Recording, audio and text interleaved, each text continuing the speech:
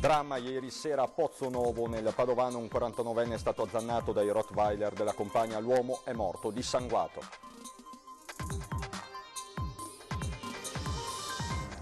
Banche popolari, buone notizie per i risparmiatori, approvati in legge di bilancio gli ultimi miglioramenti al fondo indennizzo, la proroga di 2 mesi per il deposito delle istanze, l'annuncio del ministro D'Incà. Sciopero venerdì e blocco degli straordinari, scatta la mobilitazione per l'annuncio dei 700 esuberi alla Safilo, tavolo urgente in regione il 20 dicembre. Blitz antidroga della polizia a Mestre, gli agenti hanno sequestrato 1 chilo di cocaina, 2 giovani albanesi arrestati. Nevica in pianura sul Veneto, dalle prime ore di stamane, fiocchi bianchi a Padova, Verona, Vicenza, Rovigo e lungo la riviera del Brenta, al momento nessun disagio sulle strade. Odio social contro i veneti dopo l'acqua alta di novembre, la regione avvia azioni legali e dichiara guerra ai leoni da tastiera che hanno augurato ai veneziani e ai veneti di affogare. Arrivano a Padova 500.000 euro per le iniziative della Capitale Europea del Volontariato, l'ok dalla Commissione Bilancio del Senato. Bentrovati telespettatori di Antenna 3 Nord-Est, prima edizione dei nostri telegiornali. In primo piano c'è il dramma che si è consumato ieri sera a Pozzonovo. Siamo nel Padovano, dove un uomo è stato aggredito a morte dai 2 Rottweiler della compagna. Il dramma si è consumato in pochi minuti nel giardino della casa di Pozzonovo, dove Massimo Sartori, 49 anni, viveva con la compagna. I 2 cani della donna, entrambi di razza Rottweiler, lo hanno aggredito. Si tratta di un maschio di circa 2 anni e di una femmina di 9. Le 2 bestie lo avrebbero azzannato al volto e alle braccia, che l'uomo aveva incrociato davanti a sé nel disperato tentativo di placare la furia dei 2 animali. Nonostante il soccorso immediato e il trasporto d'urgenza all'ospedale di Monselice, per Sartori non c'è stato nulla da fare, si è spento per le ferite riportate. Gli animali adesso sono stati prelevati e consegnati al servizio veterinario. Sull'episodio stanno indagando i carabinieri.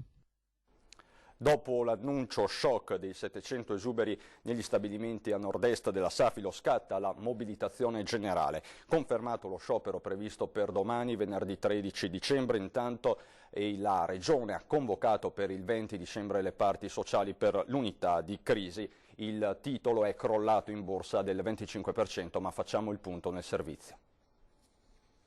La notizia shock dei 700 esuberi annunciati dalla Safilo dopo l'approvazione del pesante piano di ristrutturazione quinquennale ha fatto subito scattare la mobilitazione a livello regionale. A rischio sono 400 dipendenti della sede di Longarone, 50 del quartier generale di Padova e la chiusura dello stabilimento di Martignacco a Udine, dove lavorano 250 persone. I sindacati hanno annunciato lo stato di agitazione con il blocco degli straordinari. Assemblee in tutte le sedi Safilo del Veneto, lavoratori in stato di agitazione, si va allo sciopero previsto per venerdì 13 dicembre.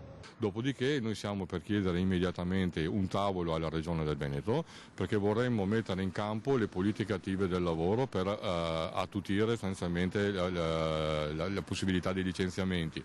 La decisione dell'azienda, fondata da Guglielmo Tabacchi nel 1934 e oggi gestita dal fondo olandese HAL, arriva dopo la perdita delle licenze del lusso LVMH, le Griff Dior e Louis Vuitton e nonostante invece l'accordo appena siglato con Marc Jacobs.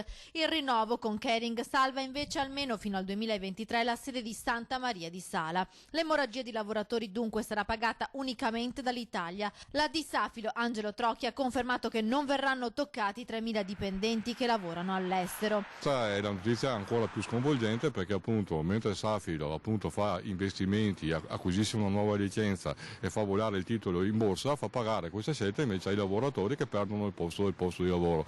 Questa cosa a noi non piace, non siamo d'accordo e vogliamo sostanzialmente mettere in atto tutte le possibili iniziative per salvaguardare ogni singolo posto. Mentre i sindacati preparano lo sciopero e i picchetti all'esterno di tutte le sedi venete, l'amministratore delegato Trocchia si rifiuta di dare indicazioni sulle misure che lo storico gruppo dell'occhialeria intende mettere sul tavolo nel negoziato con i sindacati per attutire l'impatto sociale dei tagli. Dovremmo ridurre ovviamente il numero dei licenziamenti e ragionare con la Regione e con le province interessate rispetto a come eventuali esuberi possono essere ricollocati dentro il distretto dell'occhialeria. Parliamo adesso di banche e risparmio perché da Roma arrivano buone notizie a comunicare il Ministro e i rapporti con il Parlamento Federico D'Inca. Sono stati infatti approvati in legge di bilancio gli ultimi miglioramenti al fondo indennizzo per i risparmiatori con la proroga di 2 mesi utile a consentire ai risparmiatori di depositare regolarmente le istanze di indennizzo. Questo significa che le decisioni giudiziali ed extragiudiziali favorevoli già conseguite dai risparmiatori verranno acquisite d'ufficio dalla Commissione tecnica evitando un riesame delle stesse pratiche, una misura che interessa circa 1000 risparmiatori. Sempre il Ministro D'Inca riferisce che sono state risolte le problematiche connesse agli acquisti multipli di azioni. La Consap disporrà anche il rimborso degli oneri fiscali sostenuti durante il periodo di possesso delle azioni. La cronaca adesso a Mestre con un'operazione antidroga, ci aggiorna la collega Ilaria Marchiori. Buongiorno da Mestre, altri arresti per droga. Si tratta di un 23enne e di un 30enne di nazionalità albanese trovati con 1 chilo di cocaina dai poliziotti della squadra volanti di Mestre. Era nascosta in un armadio già suddivisa in 14 dosi e pronta per poi essere venduta proprio all'interno dell'appartamento in cui i due vivevano. Entrambi sono stati accompagnati in carcere. Ma non sono stati gli unici, perché in questi giorni il questore di Venezia, Maurizio Masciopinto, ha disposto l'intensificazione dei controlli per far fronte all'emergenza spaccio, soprattutto nella zona di Via Piave, formando anche una squadra speciale, e un altro giovane pusher è stato arrestato. Si tratta di un 26enne nigeriano con permesso di soggiorno come rifugiato politico che ha cercato di vendere ben 2 dosi di eroina agli agenti del commissariato di Mestre che stavano lavorando in borghese. Quando ha capito che in realtà si trattava di poliziotti ha anche tentato di fuggire in sella alla sua bicicletta spintonandoli e prendendoli a calci, ma alla fine è stato bloccato. La droga che nascondeva in bocca era la cosiddetta eroina gialla, ovvero la droga killer venduta proprio dagli spacciatori nigeriani e che negli ultimi 2 anni ha provocato la morte di almeno 12 persone nel veneziano. Da Mestre è tutto, restituisco la linea allo studio. Grazie Ilaria, sempre per la cronaca, stavolta nel Trevigiano a Fonte dove è stata scoperta una casa del sesso. Quell'andirivieni di uomini in centro a Fonte non passava inosservato, frequentazioni maschili assidue da quell'appartamento entravano e uscivano nell'arco di qualche decina di minuti, sguardo basso, atteggiamento circospetto ma inequivocabile, uomini diversi di varie età e professioni, single e padri di famiglia, movimenti che i residenti della zona hanno segnalato ai carabinieri di Castelfranco che immediatamente sono entrati in azione, scoprendo una vera e propria casa per appuntamenti, luci colorate e soffuse, candele, profumatori vari, oltre a una suadente musica di sottofondo. Al momento dell'irruzione i militari hanno trovato una donna cinese 42enne e in un'altra stanza una connazionale 49enne che in abiti succinti aveva appena consumato un rapporto sessuale con un uomo 50enne della zona. Un giro d'affari fiorente per un'attività che si promuoveva sui siti di annunci online. Da tariffario un rapporto sessuale completo arrivava a 70 euro. Sequestrato l'appartamento, i carabinieri hanno arrestato la 42enne portandola al carcere della Giudecca. Era lei la maîtresse di Fonte, ora dovrà rispondere di favoreggiamento e sfruttamento della prostituzione. Nevica in buona parte della pianura veneta, una precipitazione al momento debole che non crea problemi al traffico. Nelle città nevica Padova, Verona, Vicenza, Rovigo. I fiocchi bianchi hanno iniziato a scendere anche lungo la riviera del Brenta. La regione si è svegliata in una giornata prettamente invernale con cielo coperto e temperature intorno agli 0 gradi. Solo nelle zone fuori dai centri urbani e nelle campagne tuttavia la nevicata sta già attecchendo e i fiocchi hanno già creato uno strato bianco su tetti e strade. Nevicate sono in corso anche sull'altopiano di Asiago e sui monti veronesi della Lessigna. E giusto un mese fa iniziava per Venezia, il veneziano, l'incubo acqua alta. La città viveva il dramma della marea record raggiunti i 186 centimetri. Il centro storico completamente allagato. Per giorni i veneziani hanno dovuto fare i conti con l'acqua alta che ha causato danni ingenti a negozi, abitazioni e al patrimonio storico, artistico a partire dalla Basilica di San Marco. Sono state giornate che abbiamo seguito in diretta con le nostre edizioni straordinarie mostrandovi le immagini del disastro provocato dal maltempo non solo a Venezia ma anche nelle sue isole a partire da Pellestrina, Murano e poi lungo tutto il litorale in ginocchio. E proprio l'acqua alta, l'acqua dei record, l'acqua del 12 novembre continua a fare danni a Venezia. Le presenze negli alberghi sono azzerate da settimane e dicono gli albergatori sarà così anche a Capodanno e fino al Carnevale. Un disastro. Un'ecatombe, un crollo delle presenze senza precedenti per una città che respira grazie al turismo. Gli alberghi dal 12 novembre sono vuoti e continueranno ad esserlo. Preoccupati per la situazione drammatica del turismo a Venezia, perché purtroppo i nostri alberghi sono vuoti, disdette a raffica a novembre e blocco delle prenotazioni sia per Capodanno e Carnevale, che erano due periodi di alta stagione per noi. Uno scherzo di carnevale di cattivo gusto, non resta che rimboccarsi le maniche, dice Scarpa, per continuare a far sapere al mondo intero che Venezia è perfettamente agibile e visitabile.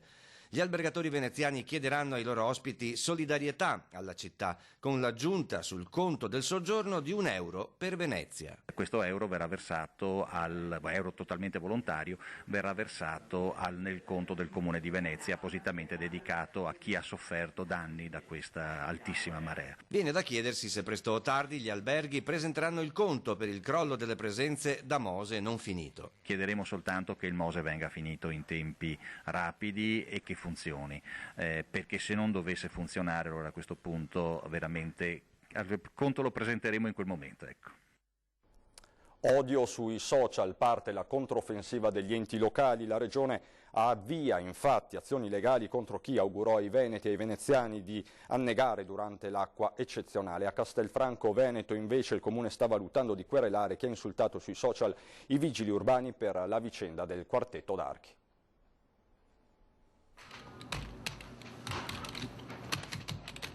Odiatori seriali che riversano sui social insulti ed ogni altra nefandezza. Nell'ultimo periodo se ne sono viste e sentite di tutti i colori, ma non tutti sono disposti a farla passare liscia ai leoni da tastiera che, celandosi dietro lo schermo del computer, si scatenano insultando ed offendendo. È accaduto in occasione della devastante acqua alta del 12 novembre scorso e post contro veneziani e veneti del tipo "lasciamoli morire annegati, vogliono l'autonomia", giusto per citare il più delicato. Ebbene, la Regione ha deciso di procedere per vie legali, incaricando l'Avvocatura Generale e Regionale di scovare tutte le frasi incriminate per avviare azioni giudiziarie contro i responsabili. A tutto c'è un limite, aveva detto il presidente Zaia subito dopo aver letto i post. Questi leoni da tastiera che augurano la morte ai veneti, aveva scritto, li portiamo in tribunale. Ed ora è successo ancora a Castelfranco stavolta, dove gli haters si sono scatenati contro gli agenti della polizia locale. Motivo degli insulti la vicenda che ha visto protagonisti i musicisti del celebre quartetto d'Archi Le Corde del Mondo, allontanati venerdì scorso dai vigili urbani mentre si esibivano in piazza Giorgione. La faccenda è stata subito chiarita senza alcuna polemica dai diretti interessati, che non avevano l'autorizzazione semplicemente perché, non trovando l'apposita modulistica nel sito del comune, pensavano non servisse, come del resto accade in altre città.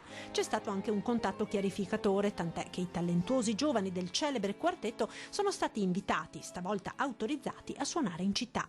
Ma gli odiatori erano già all'opera con commenti offensivi, parole denigratorie e false accuse che, sottolinea il sindaco Stefano Marcon, hanno leso l'onore ed il prestigio del corpo, nonché calpestato con disinvoltura la dignità dei singoli lavoratori. Bisogna precisare, sottolinea la comandante della polizia locale, che si può esprimere il proprio pensiero anche in modo civile. C'è la convinzione che sui social si possa scrivere qualsiasi cosa senza conseguenze, ma l'offesa, una volta pubblicata, raggiunge più destinatari ed assume pertanto un carattere pubblico. L'amministrazione comunale sta valutando di procedere con querela. Rimaniamo nel Trevigiano per il bacino di laminazione a Crocetta nel Montello. Se ne è parlato in prefettura a Venezia, dove il sindaco Tormena ha confermato la sua opposizione al progetto. Avrà tempo fino al 19 febbraio per produrre un'alternativa. Riteniamo che queste opere così impattanti, così mastodontiche, possano rappresentare un pericolo. Non cambia idea Marianella Tormena sul bacino di laminazione che andrebbe a sorgere sulle Grave del Piave nel cuore del territorio di Crocetta, progetto confermato nel corso di una riunione allargata in prefettura a Venezia, dove hanno partecipato i sindaci di tutti i comuni rivieraschi del Medio-Basso Piave, l'assessore regionale Giampaolo Bottaccin, autorità di bacino e consorzi di bonifica. L'opera di prevenzione per le piene del Piave da 40 milioni di metri cubi andrebbe a interessare un terzo del territorio comunale di Crocetta nella zona di Ciano, già area SIC e ZPS. Non è solo un un problema di carattere ambientale, cioè la bellezza del sito, il suo grado di protezione, eccetera. È proprio un problema idraulico, è un problema che anche noi abbiamo, tanti concittadini, gran parte dell'abitato di Ciano vive attorno alle Grave di Ciano. Da qui la contrarietà del sindaco, che da poco tempo ha messo in piedi una commissione di esperti per formulare un piano alternativo. I tempi concessi dal tavolo al comune sono stretti, poco più di 2 mesi, una vera e propria corsa contro il tempo. Ci hanno dato una scadenza che è il 19 febbraio. Noi rispetteremo tale scadenza e ci attiveremo il più possibile. Ripeto, facciamo di necessità virtù, però non abbiamo nessuna intenzione di sostituirci a pianificazioni che dovevano fare altri. C'è la pubblicità dopo.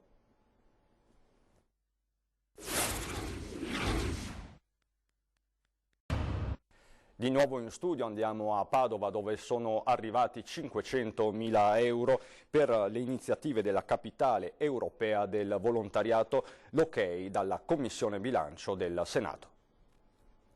Padova, capitale del volontariato 2020. Dopo il passaggio ufficiale di consegne con la cittadina polacca di Kozice arrivano anche i primi finanziamenti. La Commissione Bilancio del Senato nella notte ha dato il via libera ad un emendamento bipartisan che stanzia 500.000 euro a sostegno delle iniziative messe in campo dal Comune per Padova, capitale europea del volontariato. Un voto trasversale che ha messo d'accordo tutte le forze politiche. Un segnale che sposa lo spirito di collaborazione istituzionale che sta alla base dei valori che andremo a celebrare nel 2020. Ha commentato un soddisfatto sindaco, Sergio Giordani. Ora si attende il 7 febbraio, quando in città arriverà il Presidente della Repubblica Sergio Mattarella per la cerimonia ufficiale di apertura. Intanto il sindaco ha voluto ringraziare tutti i senatori e deputati padovani che hanno portato a Roma le istanze di Padova. E c'è una notizia di politica che arriva direttamente da Roma, un addio eccellente, quello di Davide Bendinelli, ex coordinatore regionale di Forza Italia e sindaco di Garda. Dopo un periodo di intense sofferte e riflessioni dice: ho deciso di lasciare Forza Italia dopo essermi dimesso da coordinatore del Veneto, una casa che mi ha dato tanto ma che non riconosco più come mia. I valori liberali sulla base di cui è nata sono stati traditi, sacrificati sull'altare del sovranismo. Pertanto ho deciso altresì di aderire a Italia Viva, il movimento di Matteo Renzi, e sposare il progetto, una casa liberale garantista che porta avanti quei valori in cui ho sempre creduto e che Forza Italia ha deciso di abbandonare. Questa è la dura posizione di Davide Bendinelli, che è stata confermata anche dal leader di Italia Viva, Matteo Renzi. E torniamo nel Trevigiano. Ricorderete la razzia dei ladri nel reparto di pediatria all'ospedale Cafoncello di Treviso, quando sparirono gli strumenti musicali per i bimbi. Oggi un regalo speciale per dimenticare quella bruttissima vicenda. Non è tanto per il valore in sé quanto per l'aspetto, diciamo, di principio, insomma, perché toglierci gli strumenti per poter aiutare i bambini, insomma, lo ritengo una cosa abbastanza vile. Purtroppo è successo che questo materiale non è più ritornato e quindi così in qualche modo abbiamo dovuto denunciare l'accaduto. Le parole di Franco Dell'Anna dell'associazione La Musica di Angela avevano indignato tutti. Succede quando dei ladri arrivano a far sparire gli strumenti musicali del progetto di musicoterapia per bambini ricoverati nella pediatria dell'ospedale Cafoncello. Una rabbia che ha però attivato in queste settimane una vera e propria catena di solidarietà. Tra le iniziative quelle dei piccoli del centro infanzia Re Sole di Marcon, che insieme ad altri amici, tra cui la forte partecipazione di S Music, storico negozio di strumenti musicali di Montebelluna, hanno raccolto vari strumenti musicali nuovi. Stamane la consegna direttamente al reparto pediatrico a Franco e Barbara Dell'Anna. Non possiamo far altro che ringraziare per questa splendida donazione e quindi diciamo che questo fatto negativo in qualche modo ci ha portato tanto affetto e tanta solidarietà da parte di chi crede nel nostro progetto e quindi non può che renderci soddisfazione. Something to concentrate on. E c'è un'altra ultima ora che arriva da Roma, perché è stata finanziata la legge speciale per la città di Venezia con 60 milioni di euro. Lo annuncia il deputato del PD Andrea Ferrazzi. Finalmente Venezia, dice, è stata finanziata stabilmente insieme alla sua laguna e ai comuni contermini. L'emendamento firmato dai senatori del PD Manca, Ferrazzi, Ferrari autorizza la spesa di 60 milioni di euro per la manutenzione ordinaria attraverso il finanziamento della legge speciale. Una grande vittoria per la nostra città, afferma il deputato del Partito Democratico. Dopo di noi a ore 13 ospiti in studio di Francesca Bozza per parlare del commercio che ha fatto storia. Ci saranno Mario Cauzzo, titolare della Mario Tessuti di Silea, Roberto Vasconetto, titolare della Vasconetto, e Arturo Filippin, noto ristoratore. Torna anche quest'anno su Antenna 3 Nord-Est la rubrica Il vostro presepe. Potete vedere in sovrimpressione i numeri e la mail a cui potete inviarci le immagini della vostra natività. Se non potete riprendere o inviarci delle foto o dei video, contattateci e verremo noi da voi. Alcune informazioni per chi ci manda i video del proprio presepe: se usate uno smartphone effettuate le riprese tenendo il telefono in orizzontale. Se inviate la segnalazione via mail fornite una breve descrizione del presepe, inserite i vostri dati, l'indirizzo e il numero di telefono al quale poi potervi contattare. E a proposito di presepi andiamo a Roncade, dove l'amministrazione comunale ha allestito il tradizionale presepe sulla natività nella chiesa di San Cipriano, aperto ogni giorno dalle 16 alle 19 fino al 12 gennaio. Dopo queste belle immagini ci sono per noi le previsioni del tempo. Buon proseguimento di giornata.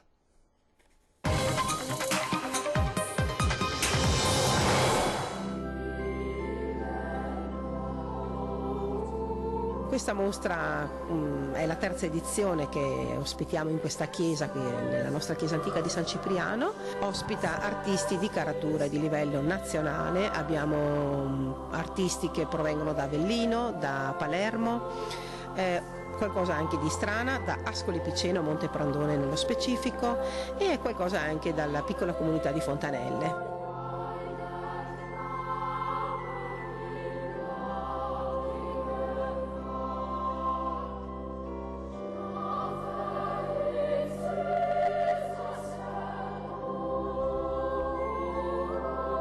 Assolutamente, rigorosamente realizzato a mano con le varie tecniche di ogni specifico artista.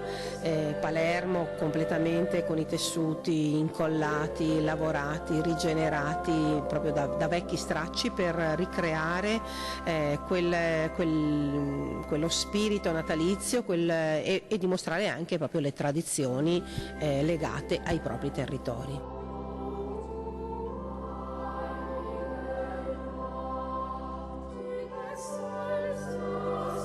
I più calorosi auguri di un sereno Natale, di un felice anno nuovo a tutti i cittadini, a tutti quelli che vorranno onorarci, ma a tutti in assoluto, che sia veramente un Natale di serenità.